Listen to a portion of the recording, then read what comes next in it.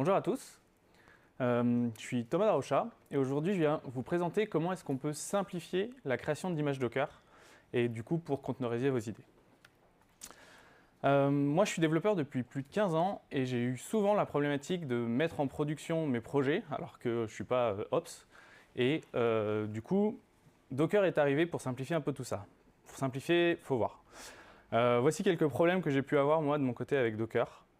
Mais avant ça, je vais vous demander de répondre à quelques questions. On va faire un petit sondage. Qui est développeur ici? OK. Qui a déjà écrit un Dockerfile? Un petit peu moins de monde. Et qui comprend le principe des layers et des multi-stage builds ou des builders dans Docker? Ah, il y a un moyen là-bas. OK. Alors pour ceux qui ne savent pas, les layers dans Docker sont des étapes de construction de l'image et chaque image va se construire par-dessus la précédente, un peu comme les commits dans Git. Alors que les builders sont des images qui sont temporaires et spécifiques pour le build, mais qui ne seront pas gardées à l'état final, mais ça va permettre par exemple de lancer des tests ou des choses comme ça pour récupérer le résultat et s'en servir dans l'image finale. Donc moi, le premier problème que j'ai eu avec les images Docker, c'est le langage qu'on utilise pour les créer.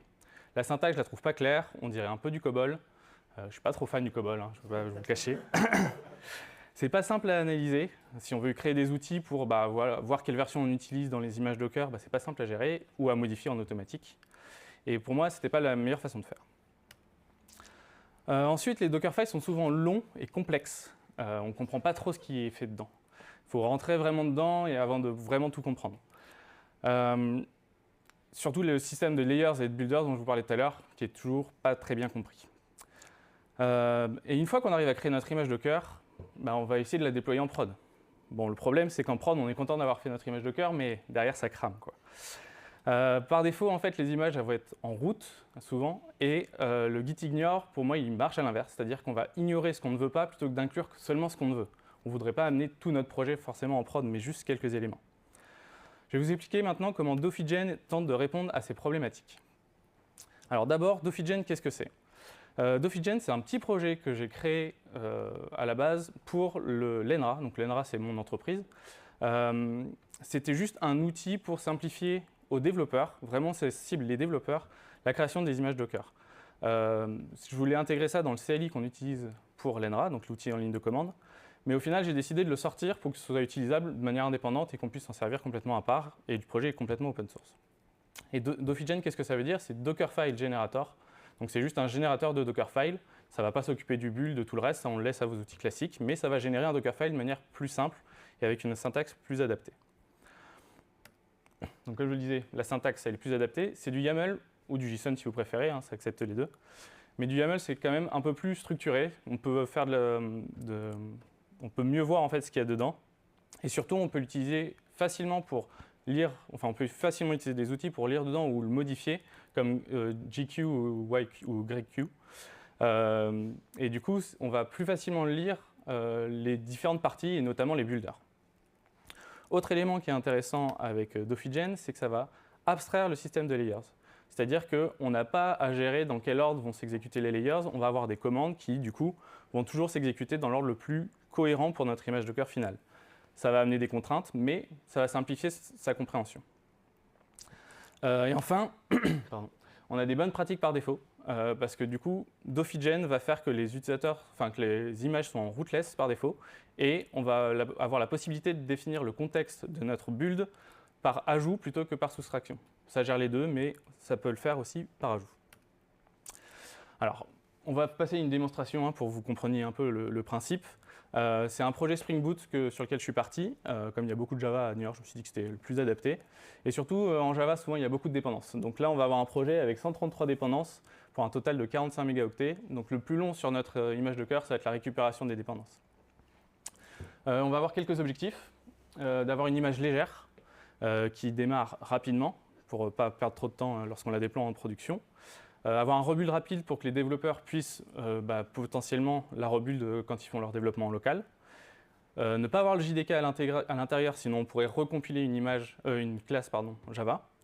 Et avoir un utilisateur non root pour ajouter de la sécurité par-dessus. Donc, ce qui vient naturellement, c'est ça. une image Docker qui est à ne pas faire quand on est dev. On va prendre ce qu'on fait sur notre poste en local, on va prendre un JDK avec une image Eclipse qu'on peut connaître, et on va faire un MVN avec un Maven avec le wrapper Maven, et faire juste un Spring Boot. Alors le problème de ça, c'est que du coup, je vais vous expliquer un peu plus l'image, ce qu'elle fait. Donc le from, le copy, ça va copier l'entièreté des sources de votre projet dans l'image Docker, et le CMD, c'est pour dire, au lancement de mon image, voici la commande que je vais exécuter. Donc ce qui va faire qu'au lancement de votre image, ça va lancer cette commande Maven. Le problème de cette commande Maven, c'est qu'elle va récupérer toutes les dépendances au moment de votre lancement. Ce qui fait que le démarrage de votre image Docker va prendre beaucoup de temps. Et surtout, elle a besoin d'avoir un accès Internet et au repository pour récupérer ces dépendances. Donc on va directement passer à l'image suivante. Avant ça, je vais juste lancer une démo. Démo 1. Elle prend un peu de temps, donc je la lance en amont. Voilà, donc ça c'est une image qui est un petit peu mieux. Ce qu'on va y faire, c'est qu'on va ajouter 2 commandes run pour faire la compilation Maven en amont, plutôt que de le faire au moment du démarrage. Et après ça, on va juste récupérer le jar qui a été généré avec un nom plus clair, donc on va juste le renommer en appjar, pour qu'on puisse le lancer avec la commande, avec le CMD, au démarrage de l'image Docker. Donc cette fois-ci, c'est avec la commande Java directement, et donc on a juste besoin de Java pour ça, plus besoin de Maven. Donc il reste des problématiques sur cette image. Donc du point de vue principal, l'image est très lourde, c'est-à-dire qu'elle fait plus de 500 mégas, 541. Elle contient le JDK, ça c'est un problème que je voulais expliquer tout à l'heure. Et surtout, elle va chercher les libs à chaque build. Ce qui fait qu'à chaque fois qu'un développeur veut rebuilder son image, il va attendre que chaque librairie soit récupérée. Et là encore, c'est un projet de base, donc vous allez voir, c'est pas si long que ça, mais ça peut vite monter quand on a des gros projets. Et enfin, on a une image qui est en route, c'est-à-dire qu'on a des grosses failles de sécurité potentiellement là-dedans. Donc là, notre image, elle s'est compilée entièrement. Donc on voit qu'elle prend 22 secondes pour se compiler et 20 secondes pour se recompiler. Donc la seule différence, c'est juste la différence de réseau entre les deux temps, mais sinon, ça prend en réalité exactement le même temps. Là, c'est en valeur absolue. Le temps avant le premier accès est mieux, donc ça, je ne l'ai pas expliqué, mais en fait, il y a un petit peu de mieux quand même par rapport à l'image précédente, c'est que comme on ne compile plus au démarrage de notre image, on a un temps de démarrage qui est bien amélioré, et surtout, on n'a plus besoin d'Internet pour la lancer. Donc on peut faire ça dans des environnements plus sécurisés du point de vue serveur. OK. Maintenant, on va essayer d'améliorer ça en passant sur Dofigen. Donc Dofigen, c'est l'outil que je viens vous présenter. Et du coup, je vais présenter la même image, mais construite en YAML pour Dofigen. La seule différence majeure qu'on peut voir, ça va être le root pour l'exécution des runs, parce que du coup, comme Dofigen par défaut est en non-root, pour exécuter ces commandes Maven, on est obligé de le faire en tant qu'utilisateur root. Cette fois-ci, on va avoir quelques différences sur les problématiques. Donc l'image est toujours un peu lourde, même si c'est un petit peu moins lourd. Le temps de build et de rebuild est le même. Et surtout, notre image contient toujours le JDK et le chargement de lib est toujours fait à chaque build, donc nos devs ils vont toujours râler parce que ça prend trop de temps à build. Mais il y a du mieux, il y a vachement de mieux. Déjà, on est non-root, et ça c'est déjà très bien niveau sécurité. Bon, et on gagne un petit peu de place quand même sur la taille, ce qui fait charger un petit peu plus vite. Bon, c'est équivalent à une coupe de cheveux, hein, c'est vraiment pas grand-chose, mais bon, c'est déjà ça. Donc on va faire une image un peu plus avancée. Cette fois-ci, on va créer un builder. Donc on va voir qu'il y en a un champ builder dans notre définition, qui se base, lui, sur une image Maven directement, plutôt que de se baser sur un JDK. Et on va prendre une image Alpine. Donc ça, c'est juste pour accélérer le temps de build, le temps de récupération, en fait, surtout de l'image de build. Ce builder-là, il va toujours lancer la commande de package de notre jar. Mais par contre, derrière, on va modifier notre image finale qu'on retrouve en dessous, donc le from, avec, cette fois-ci, on va prendre une image Eclipse Temurin Alpine, et surtout avec juste un JRE et pas un JDK. Dedans, on va récupérer l'artefact qui a été généré par notre builder dont je parlais avant, donc le jar, et ce jar-là, on va le placer directement dans notre image. Le reste, ça ne change pas. Donc ça, il y a toujours quelques problématiques.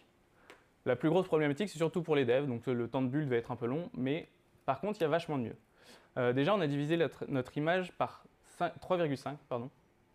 ce qui n'est pas rien, ce qui fait qu'on a une image qui en production va se charger beaucoup plus vite. Donc si vous faites des mises à jour en prod, bah, ça ne va pas prendre beaucoup de temps pour la récupérer.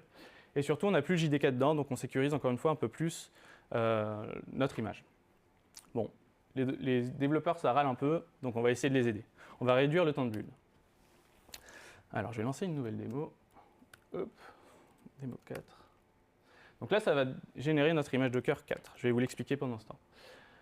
On a encore fait quelques modifications, et on a notamment la gestion du cache dans notre builder.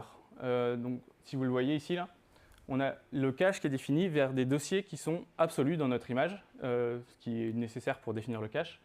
Donc pour ça, on a dû définir en haut un workdir pour savoir où se place notre projet dans notre image de build, dans notre builder. Dans ce cache-là, on va garder les dépendances Maven qui sont du coup récupérées lors d'un build, et on va récupérer aussi les classes potentiellement qui sont déjà compilées dans notre projet avec le dossier target. Grâce à ça, en fait, on va permettre d'accélérer le temps de rebuild surtout. Le temps de build va rester le même, mais le temps de rebuild va être bien amélioré. Et on va aussi générer le contexte tout en bas. Donc ça, c'est pour dire à notre image, plutôt que de récupérer l'entièreté de mon projet, tu récupères juste ce qui est défini dans ce contexte-là. Et c'est ça que je veux avoir dans mon image finale. Donc là, on n'a besoin que du pom.xml et du src main Java, enfin du source main, pardon. Et c'est utilisé que pour le build, parce que le copy n'est fait, enfin le add n'est fait que le moment du build. Donc là, on va voir notre image. Donc on a un temps de build premier qui est toujours autour de 20 secondes. Par contre, notre temps de rebuild, il est divisé par 4. Donc on a un temps de rebuild de un peu moins de 5 secondes. Et ça, c'est bien. Donc pour la gestion du cache, voici quelques métriques. Mais cette fois-ci, on a encore du mieux. Donc chargement des libs qui ne se fait plus à chaque fois. C'est fait qu'une seule fois, sauf s'il y a des modifications de version. Et surtout, le temps de rebuild, du coup, qui a été divisé par 4. Et ça, c'est bien mieux pour les développeurs. Donc là, on a une image qui a été approuvée pour la prod. Et c'était notre objectif. Dofigen, c'est un projet qui est open source. Donc, vous pouvez retrouver l'URL ici. Hein, il y a un QR code si besoin. Donc, si vous voulez amener vos idées, n'hésitez pas. Donc, nous, on en a déjà quelques-unes pour améliorer le projet. Hein. L'amélioration de l'ajout de fichiers. Étendre des images externes. Donc, ça peut permettre d'avoir une base documentaire de différents types d'images en fonction de la technologie que vous utilisez, donc une image Java, une image Node, etc. Et vous faites juste dans votre projet étendre ces images-là. Ça, c'est une amélioration qui peut être intéressante. Générer un fichier de lock. Donc ça, comme le font les package managers sur vos dépendances, bah en fait, les images Docker sur lesquelles vous vous basez pour faire vos builds, c'est aussi des dépendances potentiellement. Donc là, ça permettrait d'avoir un lock sur les hashes de ces images-là, et bien plus. L'objectif, c'est que vous, si vous pouvez aussi, hein, venez proposer vos idées pour améliorer le projet. Donc on a pu voir étape par étape qu'on a amélioré notre image Docker pour avoir une image illisible à la production. Il y a sûrement d'autres étapes pour l'améliorer, mais on a déjà une image qui est confortable pour notre production. Donc moi, ce que je vous propose, c'est venez tester, venez expérimenter, venez contribuer. Dofigen, comme je le disais, est open source, il est sur GitHub, et j'ai hâte de voir qu'est-ce que ça peut donner avec vos idées. Voilà, moi je suis Thomas Larocha, je suis développeur depuis 2007, je suis CTO de l'ENRA aussi, et merci de votre attention.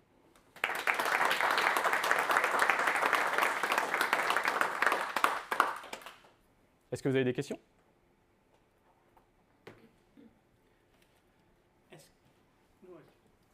J'avais une question par rapport au layer justement. Est-ce qu'on a la main pour les copies des fichiers? Parce qu'avec Spring Boot justement maintenant ils font le découpage. Au lieu d'avoir un gros jar, on peut le découper en petits morceaux pour justement faire des layers, plusieurs layers de copies de fichiers pour justement jouer avec les layers et éviter de tout recharger. Est-ce qu'on a la main sur pour créer plusieurs layers quand on copie l'application?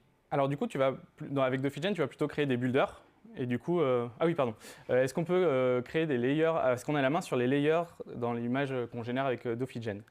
On n'a pas vraiment la main sur les layers, mais on a la main sur les builders. Et du coup, tu peux faire que ton image finale dépende d'un builder. C'est-à-dire que tu fais que ton from vient chercher le builder que tu as au-dessus. Donc tu peux faire ton système de layers avec ce système de builder. Et après, si tu gères ton contexte correctement, tu peux déjà faire ces filtres pour éviter de charger ce que tu ne veux pas, quoi. Je ne sais pas si ça répond à ta question. Faudrait que j'essaye. Ouais. Est-ce que tu as un exemple du coup de ton Dockerfile final Oui. généré par Dofigen, du coup? Oui, alors on me demande est-ce que j'ai un exemple de mon Dockerfile final. Ouais, je vais retrouver ça. Ah, je peux faire 24 peut-être. Démo. Non, c'était quoi? Qu'est-ce que j'ai ici? Ouais, V4. Et Dockerfile. Hop. Voilà à quoi ça ressemble. Il y a plein de choses qui sont un peu obscures, je trouve. Moi, notamment la notion de cache. Donc, on est obligé de créer des volumes, en fait, qui vont créer des volumes sur votre machine pour garder le cache sur les builds suivants. Et ça, Doffigen essaye de le simplifier avec juste la définition des dossiers de cache. Qu'est-ce qu'on peut voir d'autre aussi? Le passage de l'utilisateur non-root. Donc, tout en bas, là, on voit le user 1000. Donc, ça, c'est valeur par défaut, mais on peut définir le user qu'on veut. Hein. C'est une autre définition à mettre dans son fichier Doffigen. Le skip test qui est très important. Non, lui, il était déjà dans l'image d'origine, dans la définition d'origine. Et du coup, on voit que Doffigen va rajouter des commentaires en fait, dans notre Dockerfile pour qu'il reste un peu plus lisible. Donc on voit que notre builder, donc là que je n'ai pas nommé, je l'ai juste appelé, enfin par défaut il va s'appeler builder 0 parce que c'était celui à la position 0. Mais on voit que notre runtime est tout en bas et il commence à partir de ce commentaire-là. Et en haut, on a aussi la version de Doffigen qui a généré ce fichier-là.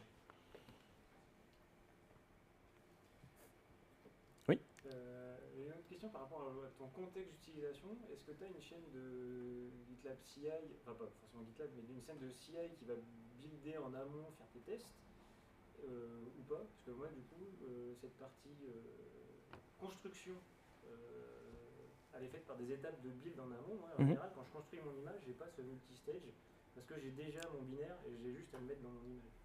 Oui. Alors en soi, tu peux toujours le faire comme ça. Tu peux aussi intégrer tes stages de CI directement dans Doffigen et rajouter tes tests là-dedans. C'est aussi possible. Il y a deux façons de faire.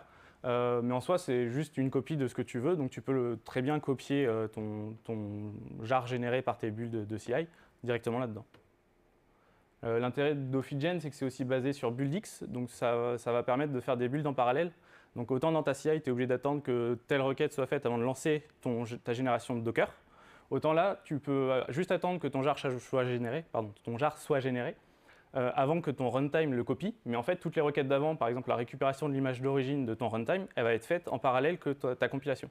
Donc tu peux gagner du temps avec Doffigen grâce à ça. Merci. Moi j'avais une question sur... je suis presque d'un super projet, super intéressant. Merci. Je suis surpris que ça soit pas déjà, ça n'existe pas déjà en fait.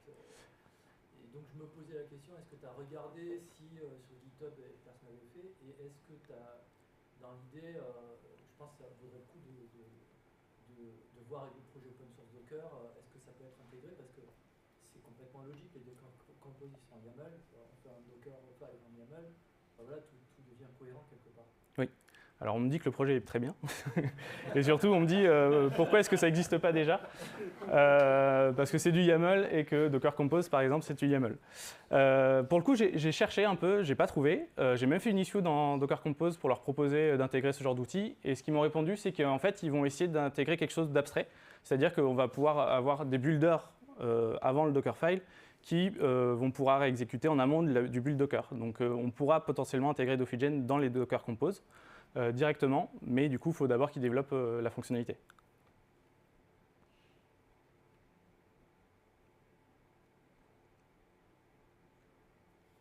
Une dernière question, s'il vous plaît. Oui. Tu l'as écrit en quoi ton outil? Alors, on me demande en quoi j'ai écrit l'outil. Alors c'est un outil que j'ai écrit en Rust. Pour rien vous cacher, c'est mon premier outil en Rust. Bon, j'ai fait d'autres outils en Rust entre-temps, donc j'ai amélioré le projet entre-temps, mais c'était mon premier outil en Rust, et c'était hyper intéressant de voir ce que peut faire Rust avec enfin, pour faire des lignes de commande comme ça, comme Doffigen.